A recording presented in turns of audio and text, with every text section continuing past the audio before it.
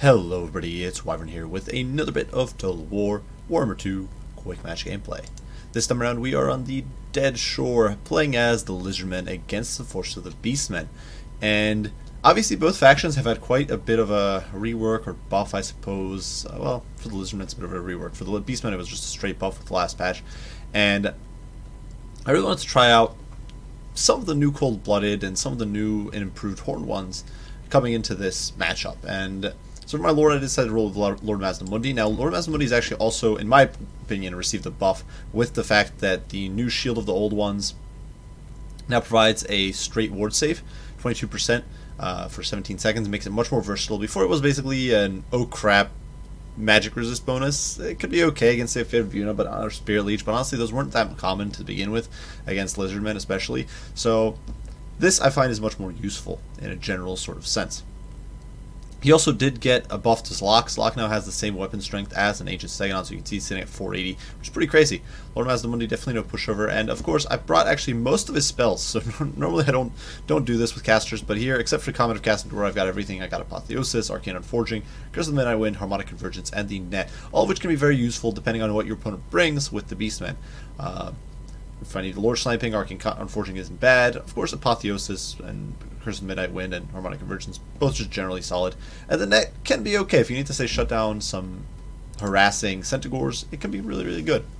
For my front line, a bunch of Source Warriors with shields. I do believe these guys got a bonus to their melee attack in this past patch. I think like +1 or maybe +2.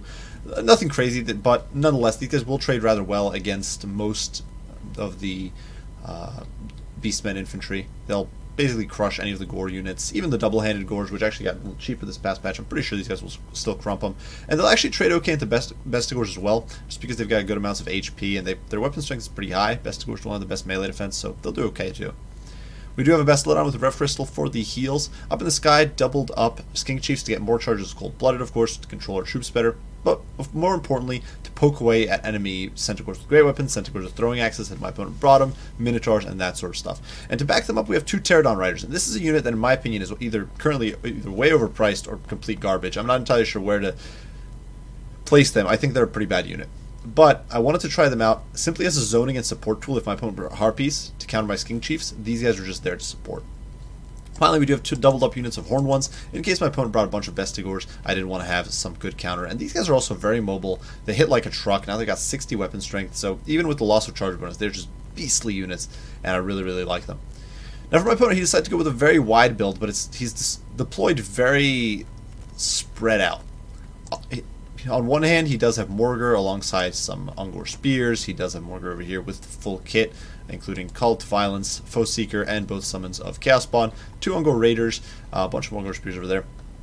Basically, mirror lineup over here, though he does have two Chaos Warhounds as well. I figured that the reason he wanted the Ungor Raiders is to zone away units like Pterodons, and in some cases, these guys can also do okay against like Chameleon Skinks. Just through sheer quantity of fire, they'll do okay in that situation. And the Chaos Warhounds, once again, zoning away that annoying harass. On the ground over here, he does have a Brave Shaman of Beast, who has the Curse of Honorar, as well as the transformation of Kadon. In my opinion, the lack of a cheap spell is a bit of a mistake, but with the Chariot, he can definitely mulch through Saurus very, very nicely. And he is backing up two units of Centaurs with great weapons here, as well as Minotaurs with shields and Minotaurs with great weapons. And both of these units got quite a bit cheaper in this last patch. Both of them, I think, dropped in cost by 100 points, which is pretty nuts. But regardless, we are starting to push in. I'm trying to get my Pterodons. I didn't see the Ungor Raiders initially, so I was trying to get the Pterodons on top of these Minotaurs and start chipping away at them.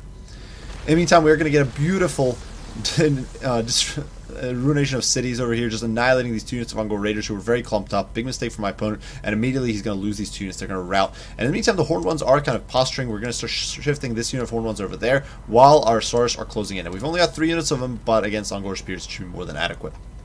In the meantime, the harass is going down on the poor but Centaurs with great weapons. We're going to start chipping them down with the Skink Darts. And Skink Chiefs actually one-shot the models, which is really awesome. Unfortunately, due to the Horned ones getting snared a little bit on the Ungor Spears, they don't get their charge off. But you know what? We're going to drop a bunch of buffs. Harmonic Convergence, Shield of the Old Ones, and Curse of the Midnight Wind all go down, making these guys absolute beasts in melee. And who doesn't love some Horned one action? Just look at these guys. Absolutely gorgeous models, tearing through these hideous beasts. And Horn ones, they're the sexiest cav in the game. I've overbuffed them a whole bunch here. Their stats are through the roof. And in comes the second unit of Horn ones, ready to sort of buckle this line and put these guys in the dumpster where they belong. So these Centaurs in full retreat. With the Crystal Midnight Wind going down, these Ungor Spearmen are also going to start routing, and the Stars are just going to plunge through, bog down this flank, and push through to support the Pterodons over here. Now, unfortunately, the Pterodons are being pounded by the Ungor Raiders. I'm kind of ignoring them. I did drop a Banishment trying to force them off, but it doesn't quite work out. It routs one unit, but completely misses the second, and they're going to keep pounding away at the poor Pterodons. The Pterodons, you know, they're not the tankiest unit in the game. They're definitely not. They're not a great unit, honestly, but they're distracting. They're distraction card effects, and they're buying me time.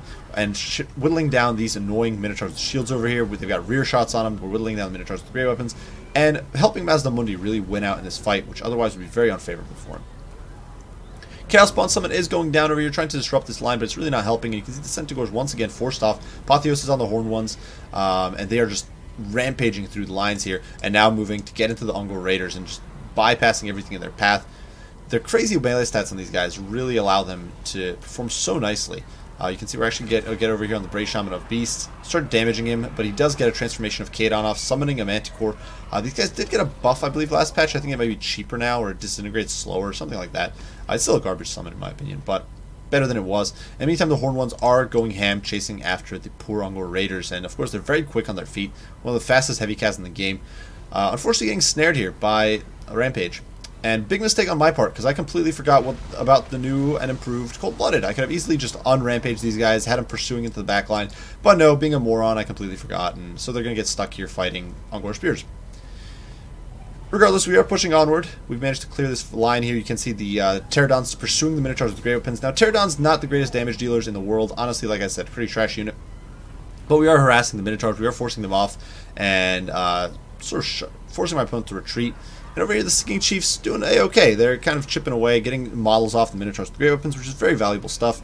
And my opponent in a bit of a dire straits now. You can see the balance of power is actually about dead even, but honestly, I think the balance of power with the Beastmen is just wrong. It's been messed up for a really long time. It might be the summon of the Manticore as well, keeping things up. But now the Horn ones actually rampage and they chase off the Ungor Spears. Once again, I should have unrampaged them as quickly as possible and disengaged. But I didn't. They are going to collapse on the Brave Shaman of Beast here, though, and completely tear him to shreds. With his very low melee defense, his low mobility, he does not stand a chance, and he is getting torn up. Just look at these glorious beasts, though. The Horn ones are such a beautiful unit. But Mazdamundi now over here, trying to get a cast of Banishment on these Ungor Raiders, as they try to pursue the Singing Chiefs, who are being pursued by the Feral Manticore, and just chipping away at units. Over here, these Pterodons run out of ammo, so I'm actually going to commit them against the back of these Minotaurs with great weapons, which, as we all know, is a wonderful engagement for them. Minotaurs with great weapons, of course, totally not anti-large, and totally not just going to swat these guys outside like cardboard, but, you know, we got the charge. These guys are low on leadership, and so they are doing some damage, and they're able to sort of whittle these guys down. You can see they actually bring one of the Minotaurs down. And in the meantime, my opponent elsewhere is just getting torn to shreds. Over here, once again, I completely forgot about the new Cold-Blooded. Let my Stars and my Horn ones rampage in the Morgar, where they're actually tearing them to shreds. But elsewhere, my opponent just doesn't have the resources to take apart this backline. Zlok over here tearing up the Ungor Spears, getting support from the Rev Crystal. And unfortunately, this Feral Manticore is not really able to catch his target. And so at this point, it's basically just game. This Brave Shaman of Beast being sat over there and alone.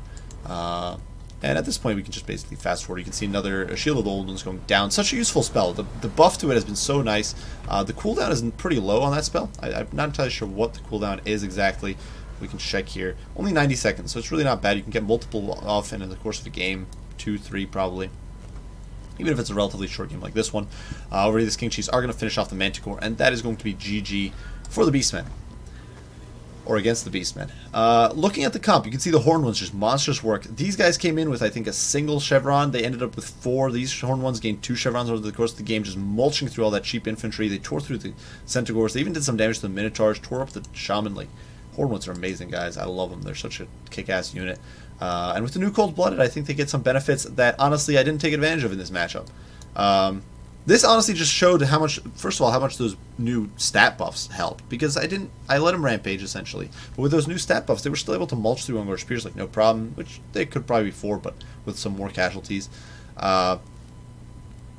and they were able to do a lot of hurt in those protracted engagements. Also, the fact that they didn't get that charge off against the Centaurs was much less harmful than it would be normally. Before, because of their reliance on charge bonus, the fact that they didn't have those sustained stats would have been an issue with the Centaurs getting a full charge bonus there. Otherwise, Pterodons, they're a bit of a fail unit, but the thing is, if your opponent brings Harpies, which is not the rarest case, and you really want your Skink Chiefs, you want your Skink Chiefs wailing on, say, a common combo is Harpies and Centaurs with Throwing Axes. You use the Centaurs with Throwing Axes to destroy the backline or the big monsters, and then you use the Harpies to zone out the Skink Chiefs. Now, they can't catch them. Skink Chiefs are too fast. They've got 90 mobility, but if you to the Harpies 82, and plus Skink Chiefs can poison them. But the thing is, if you can just keep the Skink Chiefs off your army, none of that matters.